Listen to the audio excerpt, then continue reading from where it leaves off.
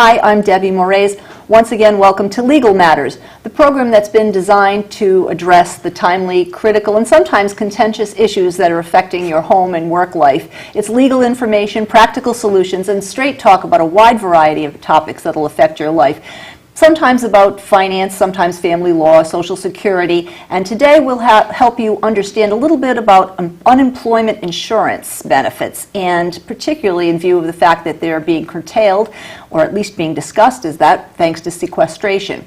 I guess budget sequestration is supposed to be a procedure in the United States law that limits the size of the federal budget, and it puts a hard cap on the government spending. Of course, that affects many people. So, once again, from Bazar, Grasso law firm in East Providence, we have to my left David Bazar, and to his left Jackie Grasso. Okay, so let's get started. Someone, as they say in Massachusetts, is separated from their job. What happens? What's the process when someone is unemployed before we even get to the appeals process? What is the process of filing for unemployment compensation? Well, in Massachusetts, first of all, if somebody does separate from employment, whether it be a voluntary quit or it's a firing, termination, you have a right to receive a copy of your file within 24 hours, your employment file. And they also have to pay you any unused vacation time. If the policy is they pay sick time, they have to pay that right away as well. But with that being said, either state, Rhode Island, or Mass, if you separate from employment, what you have to do is contact your state Department of Employment and Training and file an unemployment claim. Because of the insurmountable claims that they have right now, I think what they're doing in Rhode Island is it's all online. And they don't even want you to go down there in person, whereas in old days you used to just go down in person, fill out a form, and then they would contact you for a telephone interview. Right now you have to fill out a form on the internet. They do contact you by phone, and you have some question and answers from the representative from DLT, and then they make a decision as to whether or not you do qualify for benefits. And that's when the appeals process comes up, because if they say no, then you have to go to the next phase, which is file an appeal. What are the standard kinds of circumstances under which someone would qualify for unemployment benefits? If they're fired, if they leave voluntarily, suppose even if their hours are cut, do they still qualify for unemployment benefits? So there are different rules for different things, but the bottom line is if you leave your employment, you can't leave for disqualifying reasons. Such as? Well, I don't like the job anymore, so I'm not going to work. You just voluntarily quit. That usually would be a disqualifying reason for getting unemployment benefits, as opposed to they changed the hours that I worked. I worked 12 to 3 or 9 to 3, and I have a child at home. I have to be home for my child. Now they want me to work 3 to 11. I can't do that, and they cut my salary. Those are reasons to leave a job because they've changed the terms of your employment. Yeah, you would qualify. Another example would be if they've put you into a different location. So if they relocated you to an area that's more than 60 miles away, or something that's unreasonable, then you would be able to qualify for benefits in that case. What about, and I know this is an entirely different topic, or it could be, my boss is harassing me or my supervisor's harassing me. I'm leaving. Do I qualify for unemployment benefits, or is that just a whole other animal that's a different kind of law? If somebody is making your job intolerable, you just can't do it anymore, and you've tried to fix it, you've talked to the appropriate managers or people in charge, and they don't do anything about it, then it is not disqualifying to leave for those reasons. Also, too, I think if there's a medical issue associated with that stress, then you should have some medical backup as well. Yeah, and it could be a workers' compensation claim, exactly. too. Yeah. That's what I was thinking, if it's, yes, okay. And what about the typical unemployment benefits? Has there been a standard over the years about how many weeks you get paid for how many years you've worked, or how much you've made? Well, it always was 26 weeks, but when the unemployment numbers increased drastically, the federal government had programs and they were putting people on extension. Some people have actually collected unemployment benefits for up to 48 months. And a lot of it depends on whether or not the federal government will extend the benefits. And of course, as you said, with the sequestration now, that's probably unlikely. We'll probably that'll go get back cut to the back. 26 weeks. I know they were saying something about even in one state alone, California had something like 17%, and nationally it's 11%. I imagine that, or I remember, I should say, that when someone's benefits ran out, that it was almost automatic. And now, even if they appeal, even if they do want more, is that just flatly, resoundingly shut down because the budgets are such as they are? If the money is not there, I would assume yes. If the 26 weeks is up, the federal government is not allowing the extension, unless the state somehow has a fund that Right. would allow them to put I it don't in. think so. I doubt that highly. The good news is the economy actually is improving. Unemployment is coming down, Yeah. depending on how you measure it, I suppose. But the overall picture is much better. So the idea, the hope, I guess, is that as people re-enter the workplace, the amount of people on unemployment shrinks and the benefits may be able to go a little bit farther eventually. But you got to get past the budget sequestration first. Of course, that political football, but let's not go there. What about the health benefit side of it? Never mind the actual paycheck that someone gets direct deposited or whatever. When you are applying for unemployment insurance benefits, do health benefits go along with it, Rhode Island, Mass? Well, I think there was something associated with Obamacare with that, where you would be able to get your health benefits, but you have to pay 65%, only 35% of the premium. Honestly, I'm not sure if that's still in effect. In the old days, if your benefits expired, they expired. I mean, under COBRA, they had to let you know within a certain amount of time that your benefits were due to expire, usually within 30 days, and that the employee, or the claimant in this case, would have the ability to stay on the benefit, but you would have to pay the premium under the COBRA law. Under Obamacare, I think it's different now, but I can't be 100% positive. So under what circumstances, even early on, was the employee ever denied benefits? There are a lot. Oh, well, if somebody was fired for causation, Right. and remember that Rhode Island and Massachusetts, you're an employee at will.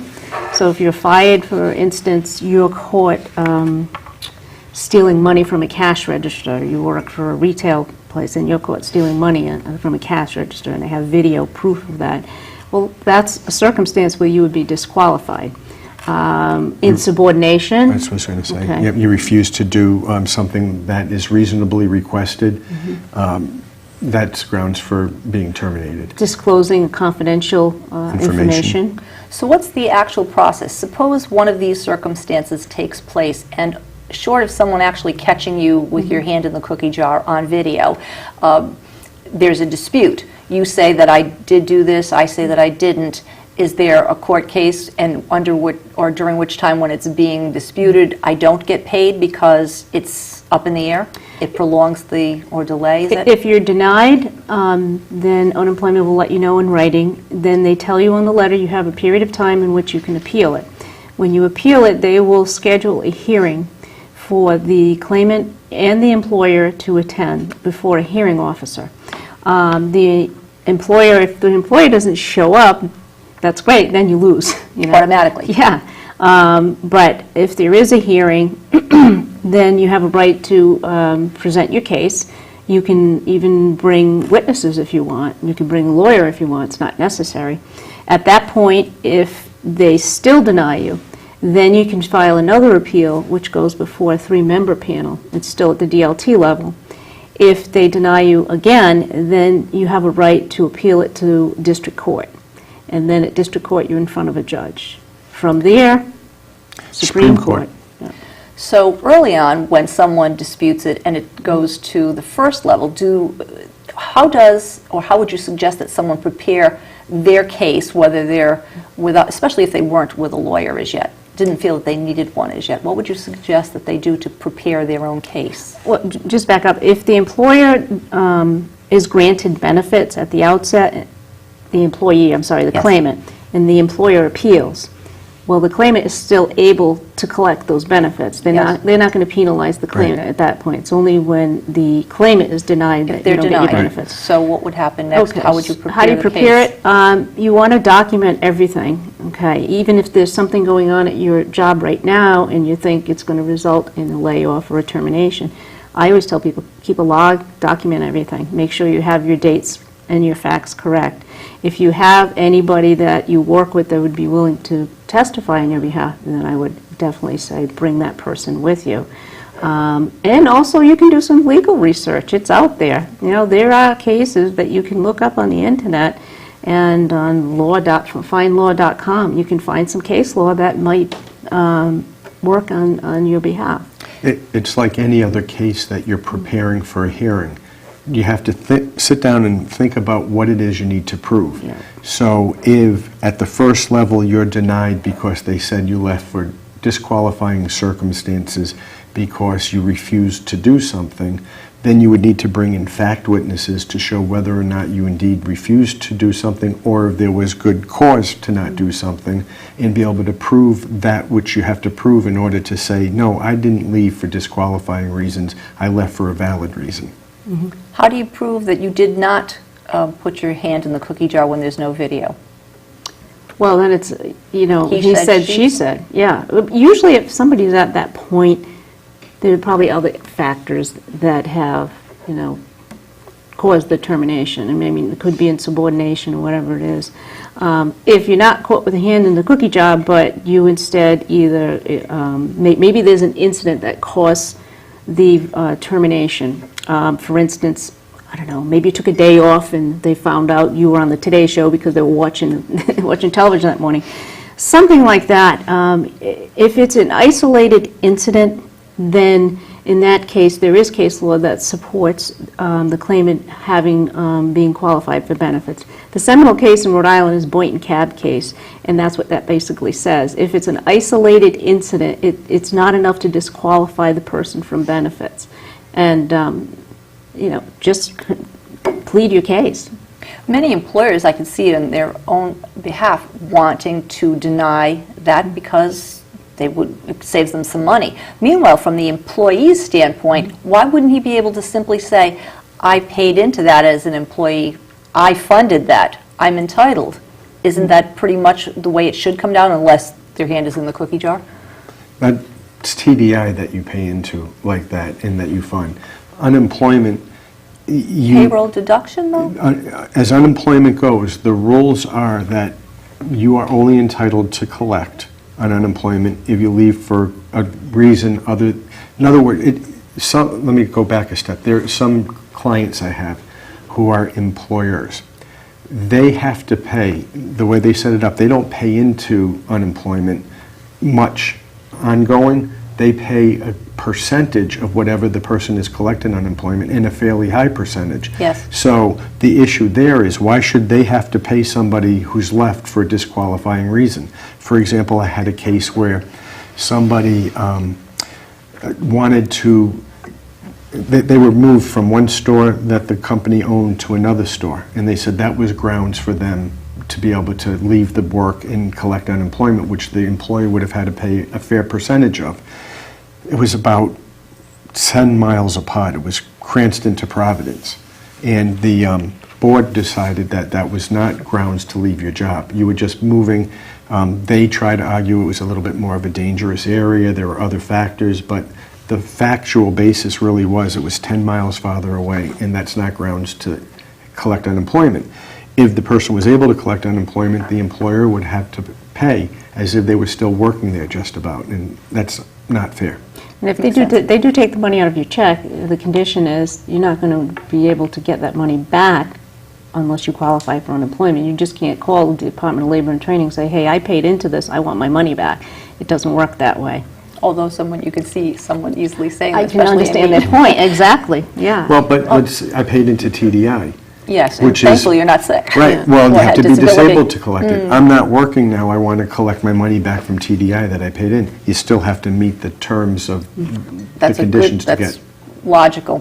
What about the time frame between the time someone leaves their job? I guess it makes sense that there might be a week waiting period. Is it actually longer than that? The 1 week, I think there's a holdback. There is, and that's it. Yep, that's it. And that's not the result of them at the state level having too many people fired who could no longer process the claims. It's automatic. 1 week, yeah, it's a 1 week. And you have to keep calling in every so many weeks, so you just can't sit at home and wait for the check to come in the mail. and do nothing. You have to show that you are ready, willing, and able to return to work, and you have to convince DLT that, yeah, you are actively seeking work, and they want copies of applications, and you have to provide that. If you don't provide that to them, they can terminate your benefits. They, never mind the employer. Right. Yes, correct. In fact, I have another client who was laid off from work, and the employer claimed it was because it was a retail store, large retail store, that he had told somebody that was in the employee section that they couldn't be back there and didn't treat the person appropriately. He said, no, they were back there and I just told them they couldn't be back here. So he applied, and there was quite a period of time between the time he applied and the time he was actually granted benefits, which he was because he didn't act inappropriately. And what he had to do in order to collect the benefits was to show that he was actually still looking for employment somewhere else during that period of time. So what happens if someone is denied, the employee is denied benefits, and there is this appeal process that you can perhaps explain a little bit more? There's a good deal of time that passes. What does someone do who needs that money to survive or take care of children or whatever? Is there any So you kind- missed the appeal period? No, Yeah, I think she's referring- just saying the time from frame the between time collecting. in between. You applied, you were denied, you're not getting money right now. Meanwhile, you're on appealing it, and that too, as a process, takes time. Correct. What happens with the no funds coming in? You You're don't in get trouble. them, yeah, you don't get them unless you prevail, and if you prevail, you'll get your retroactive check. Now, unless it's the employer who's appealing. If the employer is the entity appealing the benefit, then you still are able to collect in that situation, because why penalize the claimant because the employer decides to appeal it? And by the way, there's also a provision in the law that says that if you're appealing, the employer is appealing the employee's award of benefits, that an attorney's fee can be paid out of the fund as well.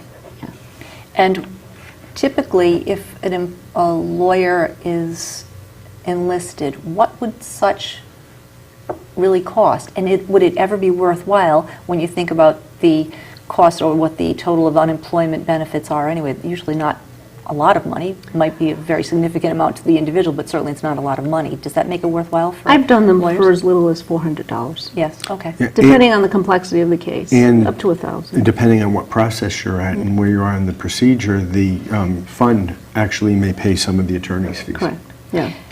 Do you suggest that once someone, as the employee, is denied, that at that point it is worthwhile for them to enlist a lawyer just so that it might expedite the process? Is there actually anything that lawyers can do to move that process along? Well, Not really. they can make sure it's a timely appeal. Right. But no, not unless you have political connections. Of course, nobody has that We in don't. Rhode Island. No. No We one don't, has that. no. Yeah, Of course, you can that's- move it No, right along. the process and the procedure is the process and the procedure, but as Jackie was saying before, there's a lot of case law on unemployment cases, and if you're appealing at some point in time or the other side is appealing, I would absolutely contact an attorney and find out what it would cost and whether it's worth their becoming involved in your case. And in terms of representing the employer, not the employee, the employer wants to appeal, is that a more involved process than, say, if you were representing the employee? Is there more of an onus on the employer than the employee to prove a case, or is Well, it keep equal? in mind, if the employer's at the district court level and it's a corporation, then we do have a law in Rhode Island that says a corporation cannot represent itself, so they have to retain counsel at that point. Good to know. Yeah, yeah. And that's true of both Rhode Island and Mass? Not in Massachusetts. Just Rhode Island. Good to know. In terms of getting a case in order from the employer's side, what's the onus on him? If he didn't have the videotape, he too is going to be, he has access to all of those employees, and he has access to much more information once, considering he's still on the premises and the employee may not any longer be there. How does that affect what an employee can do to put together a case? You're out of Well, there. You can't, what can you do? You're saying what's the onus on the employer? Yes. And the onus on the employer is the same in that they have to prove their case. So if they're saying, I let somebody go for cause, they've got to prove what that was. And so whether that's bringing in other employees, documentation, whatever that might be, that's their burden to prove what they did. So I wasn't 100% sure if you were asking who bears the burden of proof, but the burden Yes. in any event would be to convince the hearing officer or whatever level you're at that if you're the employer, you acted appropriately in terminating somebody. If somebody comes to my office as a claimant and they want to file an appeal, first thing I want to know is if they got a copy of the record at unemployment. So you don't need a lawyer for that. You can go down to unemployment. You want a copy of your record. That's one way of preparing for the appeal. If you're in Massachusetts, as a lawyer, I want to make sure that you did receive a copy of your employment file because you have an absolute right to that within a certain period of time. Same thing in Rhode Island. You don't have to provide it within 24 hours, but same thing. You need to send a letter to your employer and you want a copy of your employment record. That way there you have at least a advance notice of what was written in the record, and you are able to prepare or have a defense to what the employer is going to represent at the hearing. Good to know. And at each level of appeal, you said there are several different levels. You make Yes. appeal and appeal. Does the nature of the case change based on what the reason for them to be denied each time would be? So you end up building a second and a third case differently each time? What changes is what theoretically you're supposed to do at those levels. Once you go past the hearing officer to the three-panel hearing board, they're supposed to base it on the record, because when you have a hearing in Get a front of copy a of the hearing record, officer, yes. it's taped, and there's a record that goes to them. So now you're really supposed to be arguing the law as it was applied to the facts of that case. I have heard panels take testimony and supplemental evidence at those levels. Whether or not they're supposed to do that, they do that, but theoretically, you're based on the record that's already before them. Then when that's appealed to the district court, it's absolutely on the record of what happened at the agency. And there's one judge usually assigned to these types of cases. You write briefs. There's no hearing, no testimony. You write briefs. The other side writes briefs. There's a schedule of that, and then the judge makes a decision. Yeah, you actually have a hearing in Massachusetts. You have to file a petition for judicial review in Massachusetts. And Magistrate Ippolito, interestingly enough, actually has publication on unemployment cases. Right. Well, he's heard a He's number of probably them. heard a number of them. And fortunately for us practitioners, we do at least have, at the lower level, we have some source of information to turn to. Of course, this is a somewhat political comment, but at least in Rhode Island, whenever anybody happened to be a union Oh, yeah. and happened to be separated from his or her job, that by the time it went to unemployment review and appeal, they were blessed and so were There's a reinstated. bit of a difference there, too, because Do tell. unions have contracts with Yes. their employers. And so there's rules in the union contract about what they can and cannot do. So frankly, those rules are different perhaps than just an employee at will who's let go for certain reasons. The contract controls a lot more than the rights of an employee at will. Yeah, they may actually be let go with pay Right. as well, and then you may have to exhaust your administrative remedies before you can actually go and start collecting. Good to know. And I don't know if you're able to address this, but what about if an employer is large enough, or I guess it's not just large enough, but is likely to be self-insured? Can someone be self-insured so that they don't have to, do they bypass the usual process if they are self-insured as opposed to the DLT and It's the state? same, well, depending on what you're talking about. Through unemployment, there are people, that's what I was talking about, one of my clients is basically self-insured. Yes. But it's all processed through the same Same. rules of Department of Labor and Training. Well, the same thing for workers' compensation as well. If they're Right. self-insured, you're not dealing with an insurance company, you're Dealing with the company, yeah. but the rules of workers' compensation Are apply. different. So you go through the workers' compensation court. If the judge awards benefits, it's the same benefits statutorily that anyone else would get. It's just that the employer is paying it instead of an insurance company. If someone has been denied benefits, are you likely to meet with them and be able to review a case and just say you simply don't have one? And it's not worthwhile? Because it's not legitimate or Well, whatever? if somebody comes to me and I'm going to render a professional opinion, I'm going to tell them exactly what I think, no sugarcoating, and yeah, they can come in and we can review it for a nominal fee, and if we think it's not worth appealing, we might tell them, but I would also tell the person, appeal it anyway. You have that Nothing to absolute lose. right. You have nothing to lose. Appeal it. Send in your written appeal and see what happens, see where it goes. You know? Any idea if there are fewer cases on appeal now based on the fact that, thanks to sequestration, fewer people are well, there's less money and less likely to get compensation. I would say it's more likely that there are less cases because the economy is a little bit better. Okay. People who need the benefits will apply for the benefits regardless of how long they're going to collect for or those types of things. Well, I do know previously there was a backlog. Well, there was a big Because so many backlog. people were Yes. trying to collect, yeah. Right. Yeah. And if someone is in the process of filing a suit for unemployment, could they actually still be working? Are there circumstances where they might actually still be working for the company, maybe just at fewer hours, and then feeling that they are entitled to sue for benefits because their hours were cut? There's partial unemployment. Yeah, you can get work release. Well, there's a work program, release, the company can do a program, work share program. Work share program. And does that make them exempt or unable to file for No, unemployment? no, it's part of the unemployment program Okay. where they want people to not lose their jobs entirely. So if a company had a choice of laying off 3 people or keeping, those people but cutting time, they'd rather see that happen and contribute to the reduced hours through a plan of hoping that the company turns around and can keep them all. So that's called work share. But you can also have partial unemployment where you're working 40 hours at one point in Yeah. time, but you get reduced to 20 or something like that. Yeah. And while someone is unemployed and collecting benefits, if they have a part-time job, You have to disclose the income. And you can't play that game. You've got to disclose the income. Right. Even if you're getting paid cash. and does that still apply if you have been denied benefits, you're not collecting, but you theoretically would be entitled, think you are entitled to? Yeah. If you begin to do some part-time work, then you end up having an opportunity to have that appeal, and you get suddenly are having your benefits Yeah. reinstituted. You have to, provide some sort of a pay stub that You they have to- deduct? Yeah, and if you don't have a pay stub, then you need to tell. You have to sign something or Under- report your wages in one Yeah. form or another. That's part of the There'll be an process. adjustment to the. Yeah, they ask, have you worked? And are you actively looking for work? And those are two requirements. And if you lie, that's a crime. That's called No, fraud, right? We do have a task force now in Rhode Island. Really? Oh, yeah, yeah, just like the workers' compensation. What is that, what would that look like? They have a task force that go out and investigate unemployment fraud. That's stealing. Apparently, there must be a sufficient yeah. critical mass for them to do that. Yeah, Massachusetts have one of those too, by the way? yeah. Well, I guess that they must have good reason for doing it.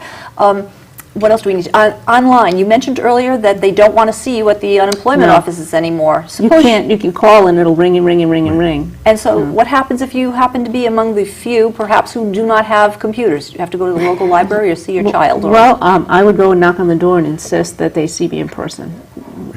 would you suggest Yes, that? yes, I would, yeah. And I think you can still call and get information, and they'll Yeah. tell you what you can do if you don't have a Maybe computer. they'll mail you an application. Right. Yeah. Considering so much is done online and on the phone, have any suggestions about what people do to keep them from having to listen to Beethoven's 5th, 6th, 7th, and 8th, and 9th while they're trying to call in their request for weekly benefits? Because certainly there's a long line. Any way of circumventing that? That I don't know. That I'm not familiar with. And you try getting through voicemail, we have to go through the entire alphabet of employees. I don't know how you circumvent that. Dial 0, maybe someone will pick it up. Now, that's a good piece of Yeah. practical information, too. Well, there's certainly, we're hoping that sequestration gets settled pretty soon and hope that people aren't going to have as many issues with it. We thank you for tuning in. Our discussion of legal matters will continue. Please stay with us.